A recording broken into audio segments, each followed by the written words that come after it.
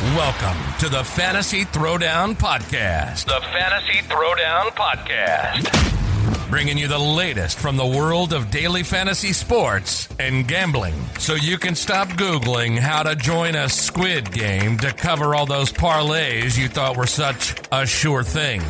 Now, sit back and listen to one of the sharpest minds in the game. Here's your host, Dwayne Callender. Good evening, folks. Let's get right down to it. We are talking about the Midwest region. And truth be told, when I started doing the analysis for this region, I thought it was going to be the most bland region to talk about because none of the teams really stood out. But the more I kept diving into it, the more I started thinking about it from a game theory aspect of who's getting overly selected versus some of the others. And then, I started realizing that this could be the region where you could make or break your tournament based off of seeing where the chalk is hitting and just deviating, because none of these teams are truly standout in terms of the roster picks. But let's get right down to it. So in the Midwest region, we've got Kansas as the number 1 seed. Auburn is your number 2 seed, Wisconsin as a 3 seed, and Providence as your 4 seed. With Iowa as a 5 seed, LSU's the 6 seed, USC the 7 seed, and then you got an 8-9 matchup between San Diego State and Creighton. So those were the top 9. Right then and there, and we'll look at the individual matchups.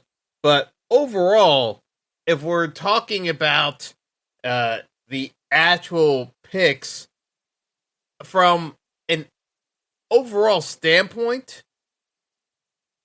Kansas as a number 1 seed has amongst the lowest odds of winning the tournament amongst the favorites. Baylor is lower to repeat as champion, but even to make the Final Four, looking at the data points amongst the top seeds, it's actually interesting. Kansas and Arizona have the same odds of making the Final Four at 30%. Now, if we look at it from a Elite 8 standpoint, Kansas is 3rd, even though when it comes to making the Elite 4, Kansas and Arizona both came in at 30%. From an Elite 8 standpoint, Kansas at 47%, Arizona just under 50%. But the public picking of these teams, you've got 2/3 of the public on Kansas, Arizona at 70%, and even as you go down the line, Kansas making the Sweet 16, 72% chance of making the Sweet 16 for Kansas. 90% of the public's picking Kansas to make the Sweet 16, whereas Arizona's got a 76% chance of making the Sweet 16 in that second week. And again, 90% chance. So Kansas is correlated quite a bit with Arizona, but Arizona still has better odds overall, even though the public pick percentage between the number 1 seeds, very close. Very close in general. Obviously, everyone favors Gonzaga amongst the number 1 seeds in terms of pick percentage, and Baylor is the least favored number 1 seed for the reasons I've outlined a bit earlier in the tournament. But from my standpoint, when we look at these seeds, it's actually it's actually one of those areas where we're kind of in the mix of determining where to kind of go from here. Because if Kansas is the chalk pick, what does everyone think about Auburn? Auburn, again, very chalky percentage-wise, not that much different from Kentucky in terms of odds of getting to the second week, as well as the later rounds. Auburn, very popular. The team that we actually start seeing deep differences between the statistical odds of winning versus the public perception comes down to Wisconsin as the 3 seed. Based off of some of the data models going around, looking at these teams, Wisconsin winning their opening matchup against Colgate of the Patriot League, it's only about it's slightly below 75% chance of winning for Wisconsin. The public has Wisconsin picked 90% of the time. So again, depending on your pools, these are some of the matchups you can start taking a stab on to try to bake in points, especially if it's a seed multiplier pool where you're expected to try to call out as many upsets as you can just because of the factors involved. So again, as you kind of look at the field being a little bit too heavy on Wisconsin, 40% modeling odds to make it to the second week, but 2/3 of the public's on Wisconsin. Now, even factoring in that first round upset potential, the reason why Wisconsin is getting knocked down is the fact that LSU, despite the fact that Will Wade was fired, Will Wade was not exactly a great coach. And LSU's overall talent, way undervalued in terms of what they bring to the table. So, be that as it may, you've got a fired coach. That squad has been pretty well prepared for this potential reality. They're going to be ready to come out and play. In terms of making it to the second week, LSU is they have a 35% chance of making it to the Sweet 16.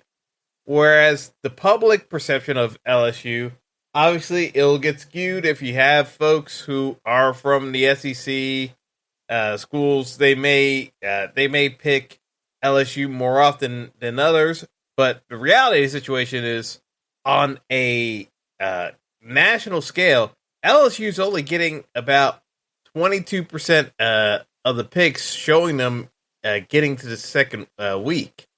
So right then and there, you get edge because you got a talented LSU squad. Yes, the news of Will Wade getting fired, not good positive light for the students, obviously playing on the team. But the show goes on. It's not as though they had a master tactician coaching up that roster. They'll be fine, in my opinion.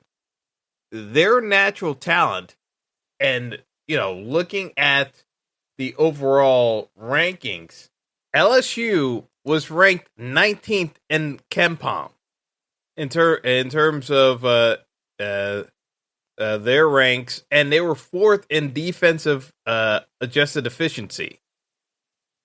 You want to know where Wisconsin is ranked? 33rd as a 3 seed. They were mid 50s in terms of offensive efficiency. They were in the 30 range defensive efficiency, and in terms of pace, they were incredibly slow. LSU top 100 in pace.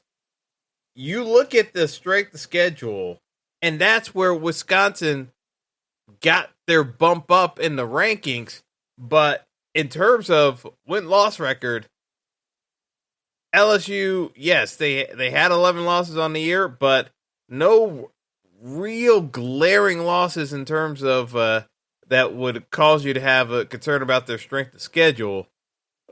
Whereas Wisconsin, yes, it got boosted by the fact that they played in the Big Ten, and that's where it kind of ended up being the case where strength of schedule was factoring into some of these KenPom ratings. And if they didn't have the Big Ten schedule, this ranking would be even lower for Wisconsin, just being perfectly honest. And they probably don't get the seeding either close in terms of the top half of the bracket. So you have a discrepancy there between the seeds and the rankings, where Wisconsin is getting steamed up because of their seed. You also have a similar situation with Providence.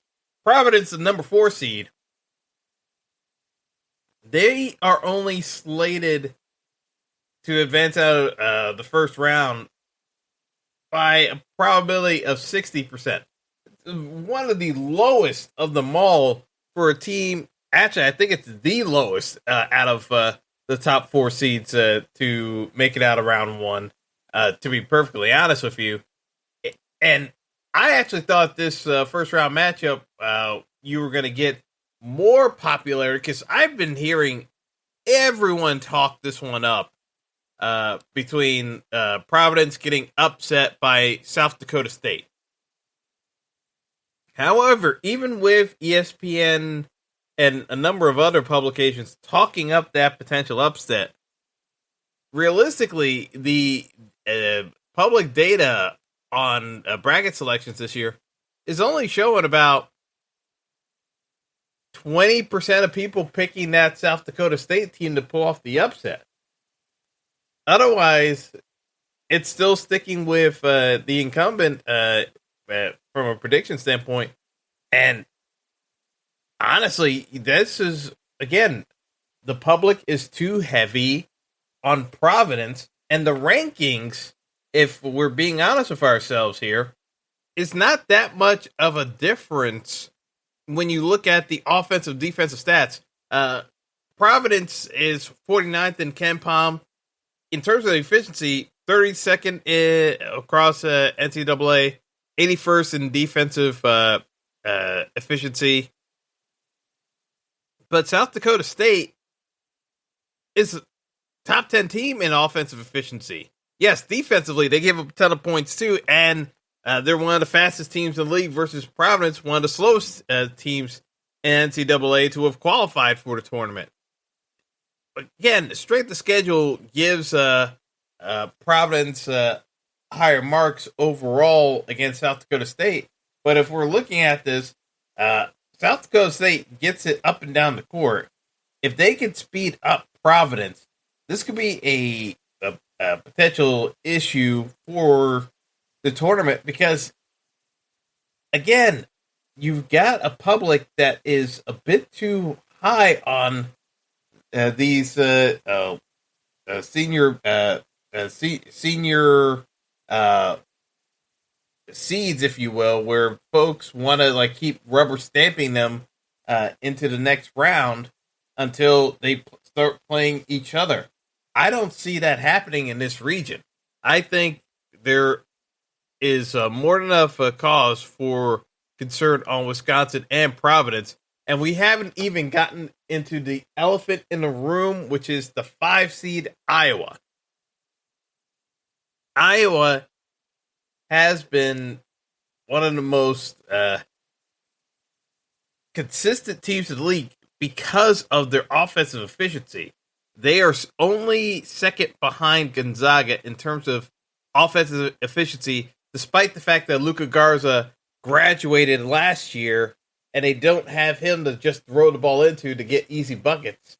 That's not the same benefit that they have moving forward. So they've been impressive this year because of their ball movement, and they have the ability to uh, be a nuisance to teams, and they can rebound. This is why I have some concerns about Kansas, because of the fact that you got you've got essentially, I don't want to say overseeded, but a Kansas squad that is still very good from an offensive standpoint, but in the Big Ten and across the NCAA, Iowa was still more efficient scoring the buckets than Kansas, and it's not as though Kansas was that great defensively that they can shut down Iowa or slow them down enough. I think this is a case where Iowa is going to get in the event that they match up against Kansas, because obviously things can get a little wonky, but Iowa matching up against Kansas is a matchup where, yes, Kansas should win it, but it's not that clear cut, and it's close enough where you have to start making decisions for yourself as to how you want to play out the rest of the tournament bracket, because Kansas versus Iowa, statistically speaking, the models have it as a 50-50 split in terms of a slight edge to Kansas, but nothing too major. Folks are kind of looking at this and saying, well, if Kansas can get by here, it's the Final Four nonstop. And we've seen this happen enough times where you're missing certain aspects of your profile that were always assumed to be there. It does make it a little bit of a precarious position because, again, if you miss too early on a pick, you're constantly behind the eight ball because you can never get that back. And, looking at this region, there's not a whole lot of standouts, so you kind of have to start looking a bit closer at what you might be able to get done with Iowa. And if you pair an upset in the early rounds for, if you pair it an early upset for Wisconsin, or even Auburn, if they run it to USC, it's not that hard to imagine a number one seed go down, and the first one go down ends up being Kansas.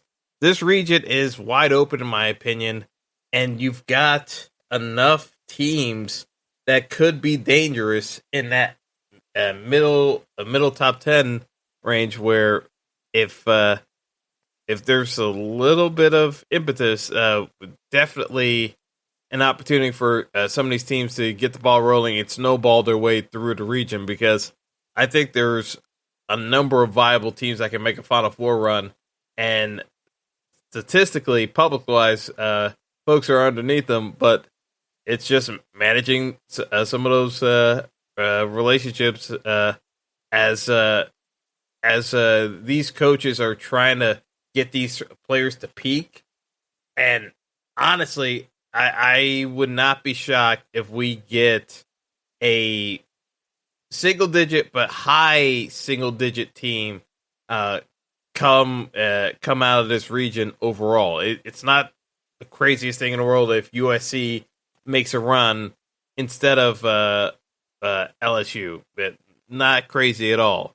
I would be surprised if it's South Dakota State making a run, but stranger things have happened. So just something to keep your eyes out for in general, but trying to go chalk with this region, I think, is a critical mistake that folks are going to be doing. I think you can be a little bit chalky with the other regions, not so much in the Midwest, because I think it's the least decisive in terms of managing expectations overall, in my opinion, of what teams should be doing and what the public is actually picking at the moment. So, my